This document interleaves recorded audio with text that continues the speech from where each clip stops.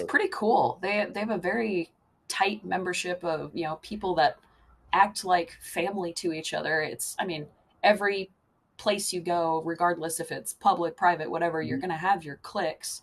But I feel like it's just a really friendly, welcoming membership.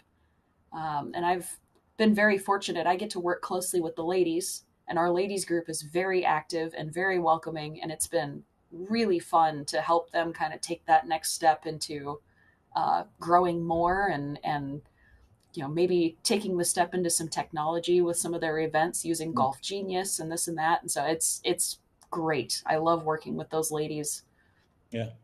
I mean, kind of interesting that the club you were at before, Sahalee, um, 27 holes, and then Rogue Valley's 27 holes. So there's not that many 27 hole facilities. And I say that having myself been at one point a director of golf at a 27 hole facility.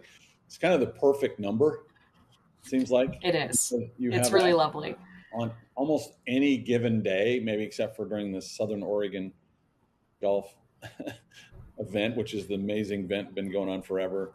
Yes. Except on Huge that event. day, you actually pretty much always have a place to put someone, um, and Yes. and it's just an awesome flexibility that way. And you guys there obviously have a really great practice facility that's been renovated and updated, and amazing amount of turf.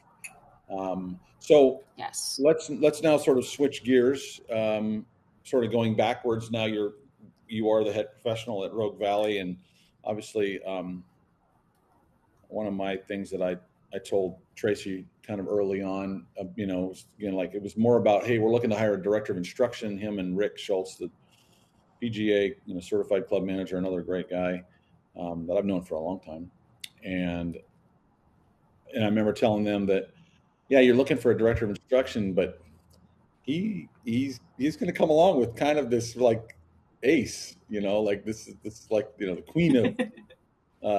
queen of hearts and slash ace up his sleeve, and you'd be surprised like just how awesome she is. And I think that it was only because of the relationship that I had with Rick that he was like, he may have thought I was pulling his leg, but he acted like he believed me. And so yeah, it's turned out to be this really cool scenario. But and I think Tracy is kind of like, man, I've never had somebody this impressive. And I told him that he wouldn't.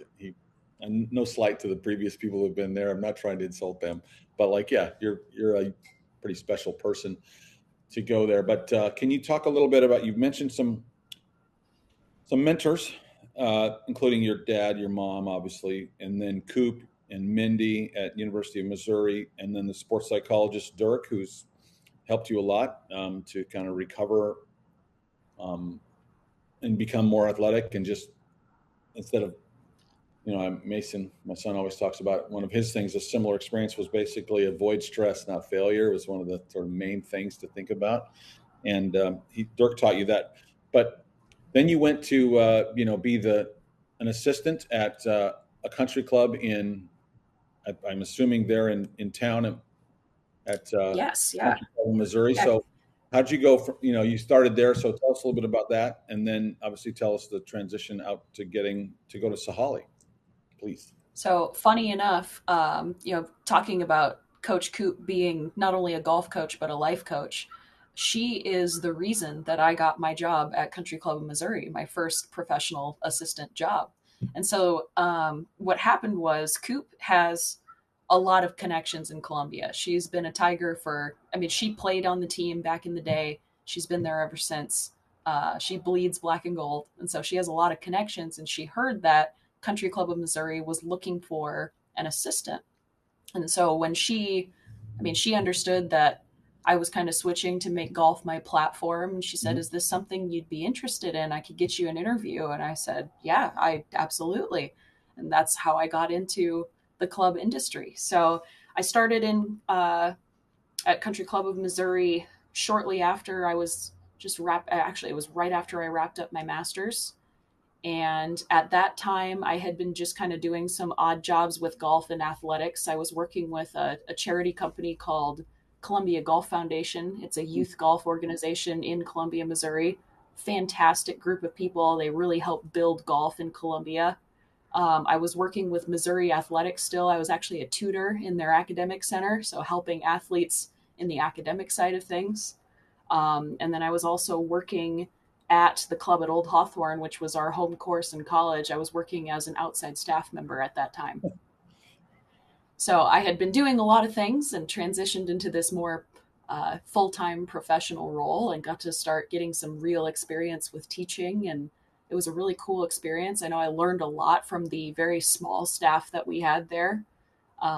We ran an ambitious amount of events for how small our staff was, but it gave me a lot of experience to kind of move on and continue with my steps in my career. So the small world of golf, I feel like there's a very tight knit circle of golf people that you see no matter where you are. So when I was at Country Club of Missouri, there was a family that was members that I got fairly close with. She had a high school age daughter who I kind of mentored. And then the dad was a very avid golfer. He was a club champion at Country Club of Missouri. And they had another older son named Jack who had recently moved out to the Seattle area and was working at Sahalee. So at Really? that time, Huh. I was I was dating somebody else who is no longer my partner, and he had just gotten a job in Seattle, and we were doing long distance, and this family knew that, and he said, "Hey, why don't you go see Jack at Sahalee and give them a copy of your resume and just see what happens. You never know. This could be that step that gets you to that next place." Okay, so I made a trip to go visit that ex boyfriend and went to go see Jack at He Sahalee. He wasn't an showed me. ex at that. He wasn't an ex at that point, though. No, he was not an ex at that Yeah. point. We were still together at that Yeah. point. Um, but made a trip of it and had a fun visit and got to go see Seattle and then stopped by Sahalee and Jack kind of showed me around and I just kind of walked up to the counter. I remember Grant Heilman, who became a very close friend and a coworker of Yeah. mine, was standing behind the desk, and then Pepe, who is no longer at Sahalee but Yeah. was an assistant there at the time, they were standing behind the desk, and I came up and I shook their hands. I said, "Hey, I heard you're looking for another assistant. I have my resume in the car." And Pepe looked at me and he goes, "Can you start tomorrow?"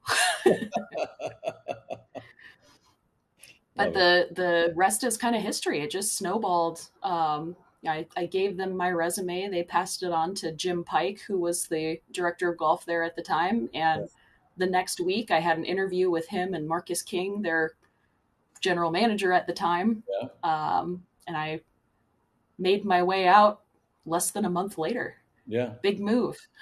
Yeah. I remember, I think soon after that, engaging with you and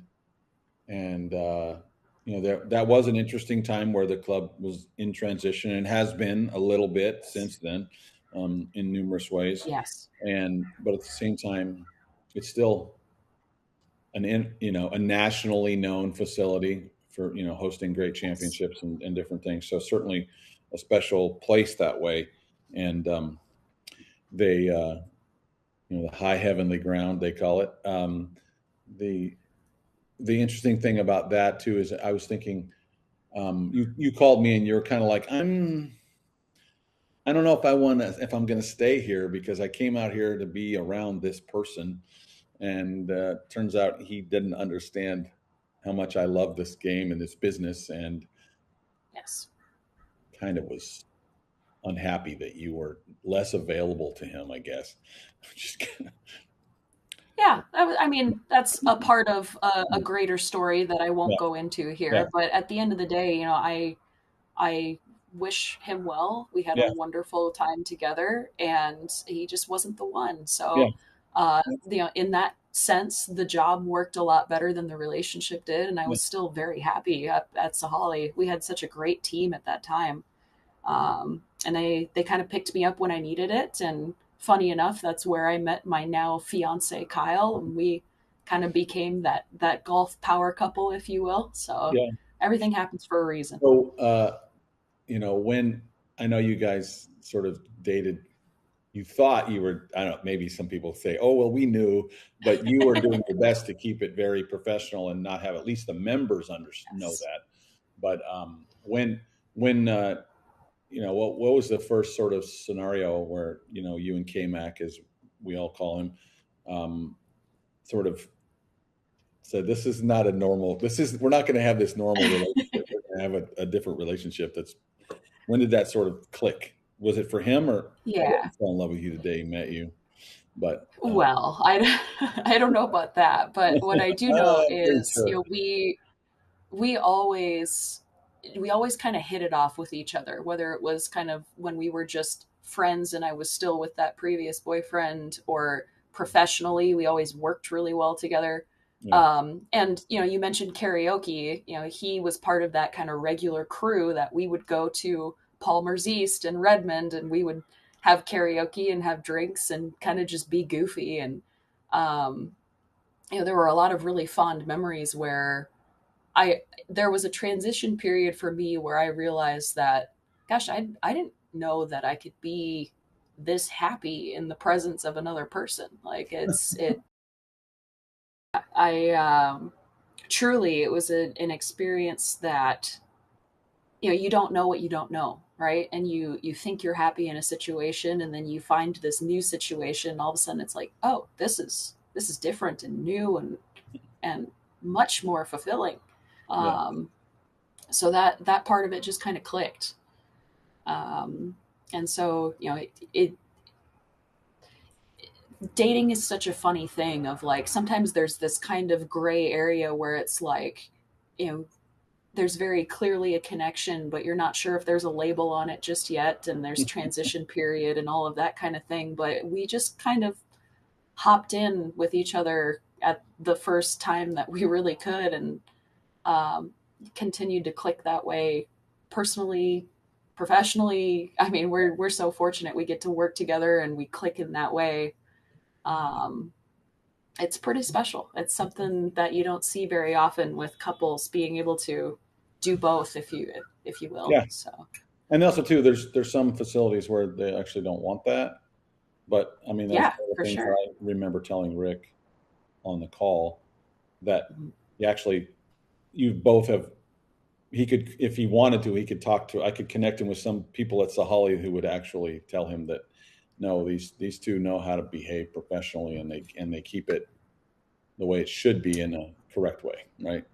So I'll tell you a funny story about that. So you mentioned earlier, how did your coworkers kind of find out that you two were in this relationship and this and that? Well, our close friends, our assistants, the people that we were working with day in and day out the closest, Mhm. they knew pretty quickly that we had transitioned into this personal relationship. And but our leadership team didn't necessarily know right away.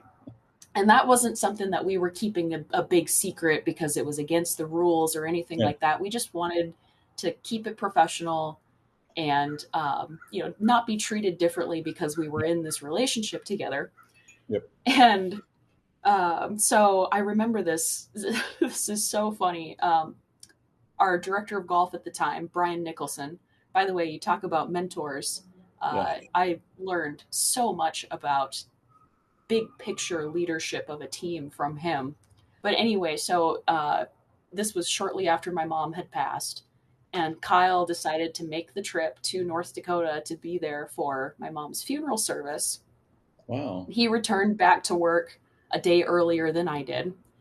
And Brian comes into the golf shop and sees Kyle and goes, Kyle, you've been gone a couple days. Did you visit your dad, or where were you?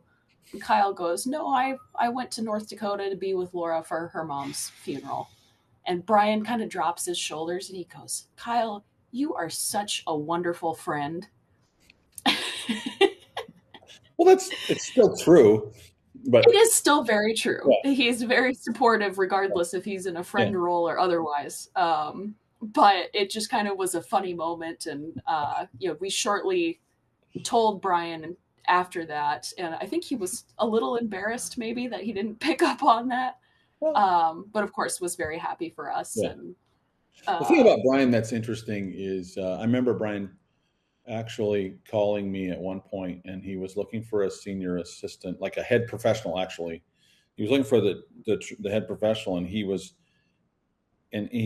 just was on the fence about whether or not he should just promote you or go find someone else. And they ended up doing the finding someone else thing. But the you at that point, it was hard for him.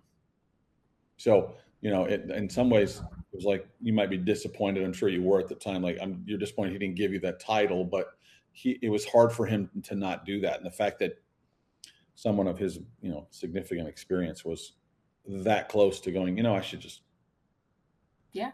yeah. So, That but was another interesting kind of transition point at Sahalee, because we were going through a little bit of golf staff turnover. Mhm. And that interview process, if nothing else, it was awesome experience for me kind of moving forward in my career. And you're right, I was disappointed that I didn't get the job, but it kind of goes back to that, everything happens for a reason kind of shtick, if you will. They ended up hiring Caleb Kraus, who's a really experienced professional, and he had a very different style of leadership than what we had been experiencing. So to be able to learn from him and learn about some of those different ways of doing things, it really molds you as a Yeah, person in your career. And so, I short disappointment for a while, but at the end of the day, I think it ended up working out better yeah, for myself and for us as a unit, me and Kyle. good. So, I mean, I think you're right, and I can certainly say that I've seen that in my own life and a lot of other people's lives because of what I do for the PGA Career Services. But you mentioned Brian Nicholson, and definitely want to, what's some things that you literally find yourself applying or thinking about, or your lens, that almost every day that you've learned from Brian, who's now the head Yeah. professional So of this country club. yes, yes. So the biggest thing that sticks out to me about Brian and my experience under him is he united our team with a greater vision so eloquently and so well. And so even though he was very busy and pulled in a lot of different directions at the time when he was at Sahalee, he still took the time to, put together education for our staff and do a team meeting once a month and really keep us focused on that big picture that we wanted to be a top 100 club again. And that was something that we all kind of were striving for together in whatever little ways we were trying to piece it together. Now, eventually, when we had some transition periods, some of that vision began to change. And that's one of the reasons that I think we all, some of us went our separate ways and some of us stayed. And there's nothing wrong with that. I mean, things Yeah, change, but having that vision that brought us all together, I mean, we were a well-oiled machine because we all had this greater picture goal that we knew we were working for, and Brian was who brought that to the table. yeah. I would say too about Brian that's interesting is that when I think about again some of the pictures of you with the team that you put on, during the KPMG and different things, and you're all wearing the team blazer, and obviously the guys are wearing their button downs with a coat and tie, and you have your much more attractive feminine look, but it's still part of the similar uniform, and you stand out like the rose among a bunch of thorns. But at the same time, it's really a cool thing. You can see how tight you all are, and you can literally in the image, whoever took the picture, you capture like you guys are all as a group. You're very tight, and that's hard to do, especially in a position like Brian's was, because it is a more of an administrative role when you have that big of a team, that much going on, 27 holes, a true playing club, Yes. where there's no racket sports, there's no pool. It's about golf. It's about getting better. It's about um, there's definitely community there, but it's all about golf. And so, yeah, it's an Yes. interesting scenario for sure. What's something that besides unifying the team around a greater vision, maybe what's something that was unexpected about Brian? So funny enough, we're coming full circle a little bit here. I mentioned that Coach Coop at my time at Mizzou was very much a life coach and wanted us to be well-rounded people. And I think Brian brought a piece of that to the table as well. Now, maybe it was more encompassing in a professional sense that he wanted us to be well-rounded professionals. But the way that he delegated our roles in our team, it was specified for each person, but it was done in such a way that we got to learn and grow in ways that maybe we weren't quite as proficient in the business. So, like, for example, um, Adam Poole was another assistant with us at the time at Sahalee, and Adam, fantastic golfer, had a background playing a little bit of competitive golf, but he really fell into this role where he ended up doing a lot of the merchandise for us. Mm-hmm. And he really took to that, and he ended up following Brian to Cherry Hills for a short time as his merchandiser. And so to get that experience and really grow in ways that maybe he wasn't expecting, Brian found a way to kind of put us in a place where we were comfortable being uncomfortable and give us that leeway of having the autonomy to choose a little bit of, okay, here's the way we're going to do this with your approval, and we could kind of run with it and learn about it from there. Yeah. So, and everybody kind of has their quirks. Like I said, Brian was someone that he was pulled in a lot of different directions with, changes in leadership and just being a very busy guy, but he made the time to kind of give those roles to us, in a way that he kind of could mentor us and strengthen those skills. So I admire that about him. I think that is a sort of a secret or a special skill to be able to look at somebody and like a Grant, you mentioned a Grant Heilman or Cody Oakes or Travis Cox. Like, I Yeah. remember working with Brian on Travis's situation, and Brian was like, I'm at a place where I really feel like I don't want him to leave. I really value him being on our team, and I know that Laura and the rest of the team really enjoy working with him. And it's true. Every time you guys are together now, when I see you, it's you actually connect all the time. I know you talk regularly, even though you haven't worked with these Oh, people yeah. for a while. But I remember him saying, basically, it's okay if you help Travis go find a better opportunity. Please do that. Yes. Like, please help him. And not in a way of, I want him not to be here. It was like, no, I don't want him to leave. But he lives in a place where his commute is insane. And, Yes. and then also, he's ready for more experience. He needs to get to the deeper end of the pool. I don't have room for him in that part of the pool. And then the other sort of thing I find is something you mentioned is really powerful is this idea that he gives you or Adam or Kyle the opportunity, and you see it as opportunity to grow, and he sees it as actually this is an area where you actually have a gap, but I'm not going to Right. tell you that's a gap. It's an Right. opportunity to grow, and I'm here to Yeah. help. It's valuable in lots of ways, for Yeah, sure. the positive, the spin, and not in a negative word, spin, but the way of sharing I'm sure his way of sharing the opportunity to fill that gap was done in a way that sort of hits the tuning fork for you as the positive coach, as opposed to, so Monte, here's your problem. Here's what you're missing. Here's where you Right. suck. Here's where you're weak. It's more like, no, this is an opportunity in a way that to make you feel really good. So in our last little bit of time here, what you mentioned the club at Rogue Valley Country Club. It's a special place. I mean, if people don't know, I mean, it's the sweetest place in the world between Sacramento and Eugene. Basically, it's the place, and Yeah. that's a long. I've driven that many times. That's a long. Um, and to be there, what's some cool things about Rogue Valley that you think are amazing? That even though you moved there and Medford, I know one of the draws for you and Kyle was that it would feel more like Eastern Washington for him, and a little bit more like Jamestown for you in terms of the big city. You both were kind of ready to be out Yes. of the greater Seattle big city sprawl. Um, Tell us a few things about Yes. We Love Medford and why you love Rogue Yeah, Valley. we do love Medford.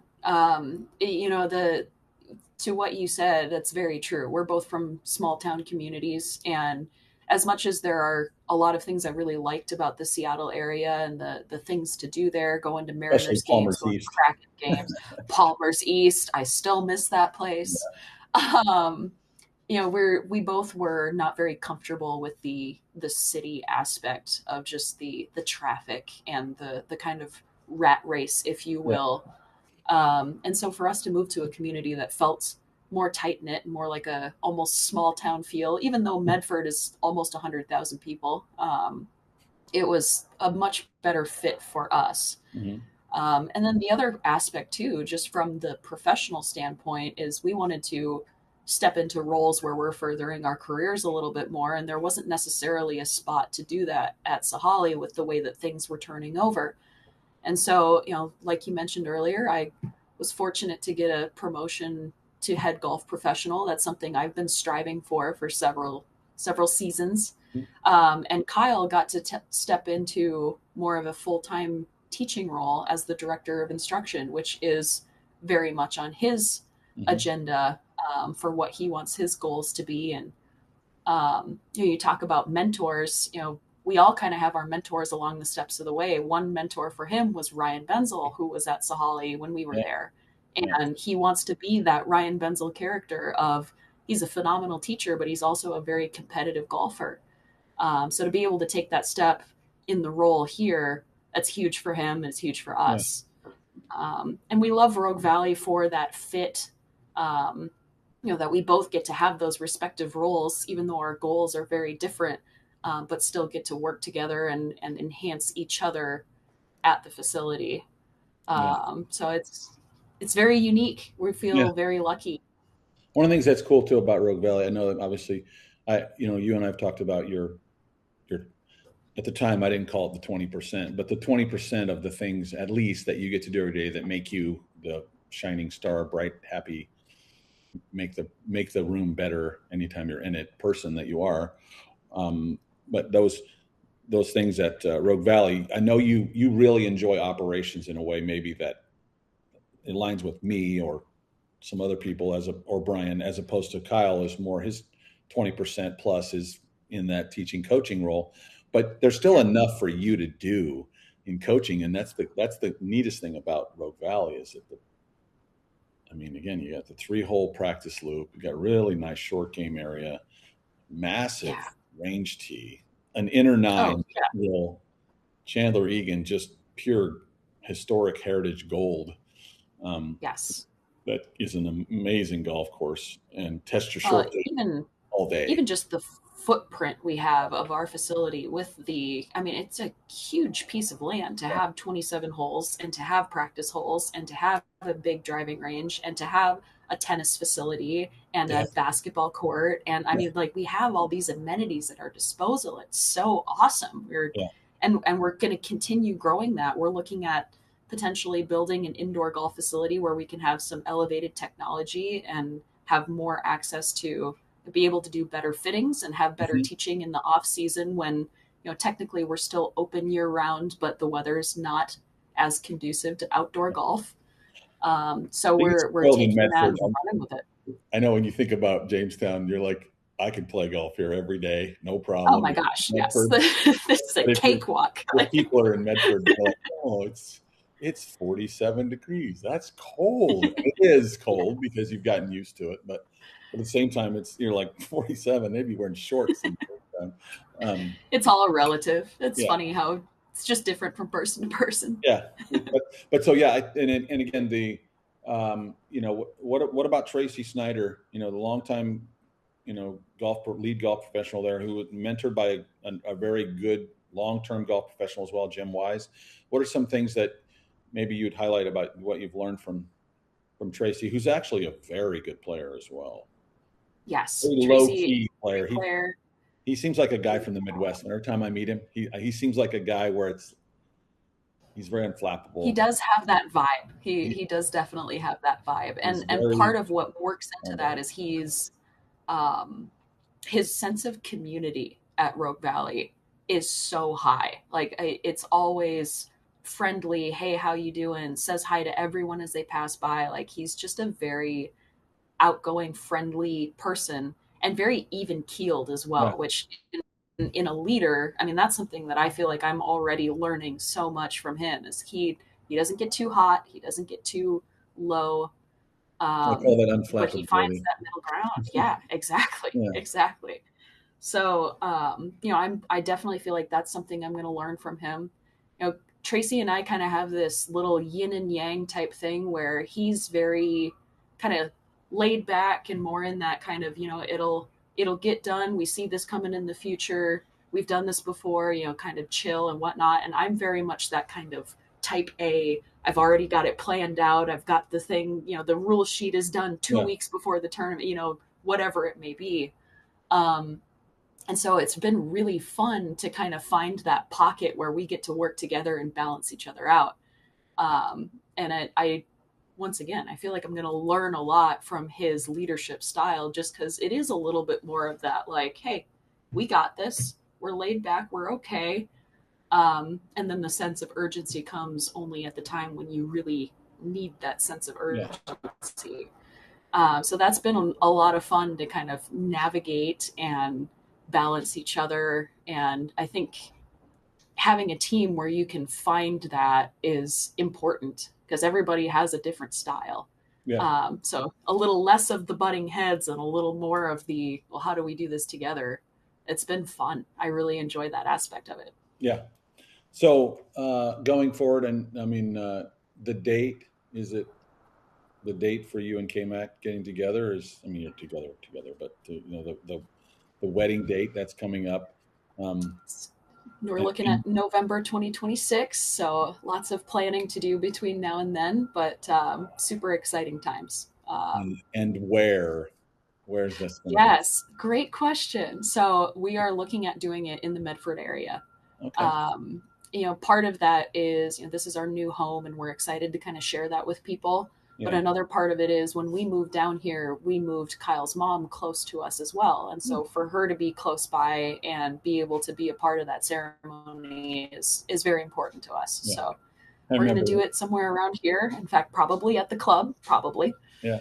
And it'll be fun. It's a great spot. I will tell you that when I went in there when I was working with the club and they hired Rick Schultz as the general manager during one of the executive searches, I remember going in there.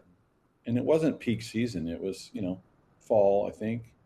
And maybe it was, but there was that light that reminded me of Napa, whereas he had enough of the vineyard and the agricultural vibe where there was that, I don't know, apparently it's just a farmer dust. Yeah. Dust at sunset, it's like magic. And it's just, you just don't see that in places other than Medford or Napa, maybe in Walla Walla, where it's just this amazing light. And it's stunning. It is. And the pictures will be phenomenal. Focused primarily on you. A little bit came out. As proud as Punch he'll be that day that he's putting a ring on it, I guess. And so, like, again, that's really cool. Well, that's exciting times, but again, proud of what you two have accomplished. And again, thank you for taking the time to join me on this Leaders and Legends. You're not a legend yet. You're a leader for sure, though. I also hope to see what you might do in professional development and coaching, working with Dominic Marconi in the Oregon chapter. And I know you were very involved with the Western Washington chapter, and now that you're more settled there, I hope that maybe after you're done planning your wedding, you'll be more involved. And Dominic, hope he's listening, will be wise enough to say, yeah, we definitely need to get her involved, and certainly at some point maybe see you be in leadership in the Oregon chapter, and that would not surprise me. Actually, I hope that would happen. So thanks very much again. I think there's a very good chance that will happen in the not so distant future. Yeah, so looking forward to see what those steps look like. And thanks so much for having me. This is so much fun. Absolutely.